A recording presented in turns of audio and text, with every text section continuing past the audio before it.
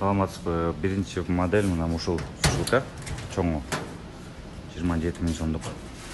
20 лист батат. Листтин размери 38-40. Качество саптан жакшы.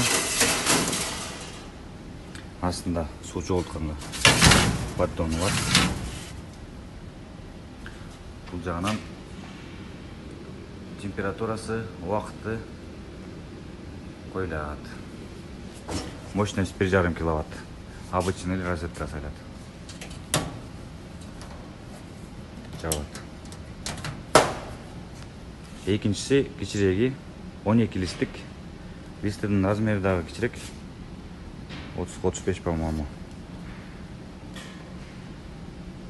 12 лист. 15 000 сом.